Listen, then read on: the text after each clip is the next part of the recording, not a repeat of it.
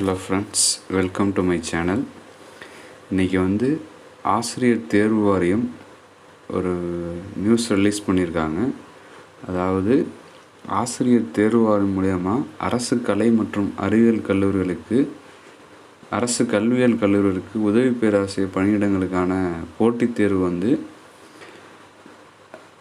வரக்கூடிய ஆகஸ்ட் 4ஆம் மாதம், அதாவது ஆகஸ்ட் 8ஆம் தேதி நடைபெறுவதாக இருந்துச்சு. அதற்கான விண்ணப்பம் அதற்கான நோட்டிஃபிகேஷன் மார்ச் 14ஆம் தேதி வெளியிட்டாங்க.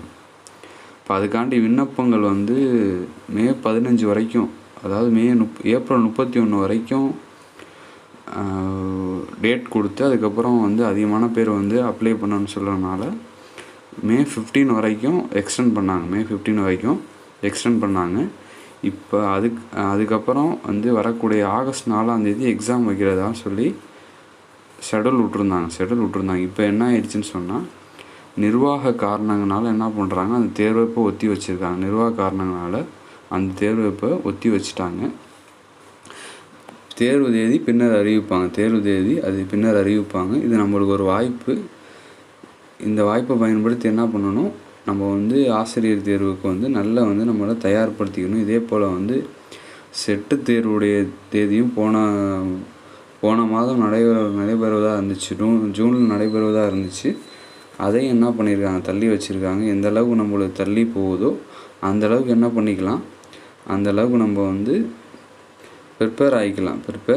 அதாவது ஆசிரியர் தேர்வு, அந்த நியூஸை நான் படிக்கிறேன். ஆசிரியர் தேர்வு வாரியம் மூலம் அரசு கலை மற்றும் அறிவியல் கல்லூரிகள் மற்றும் அரசு கல்வியியல் கல்லூரிகளுக்கான உதவி பேராசிரியர் பணியிடங்களுக்கு போட்டித் தேர்வு மூலம் நேரடி நியமனம் செய்வதற்கு அறிவிக்கை எண் 2/2024 14/3/2024 வெளியிடப்பட்டது.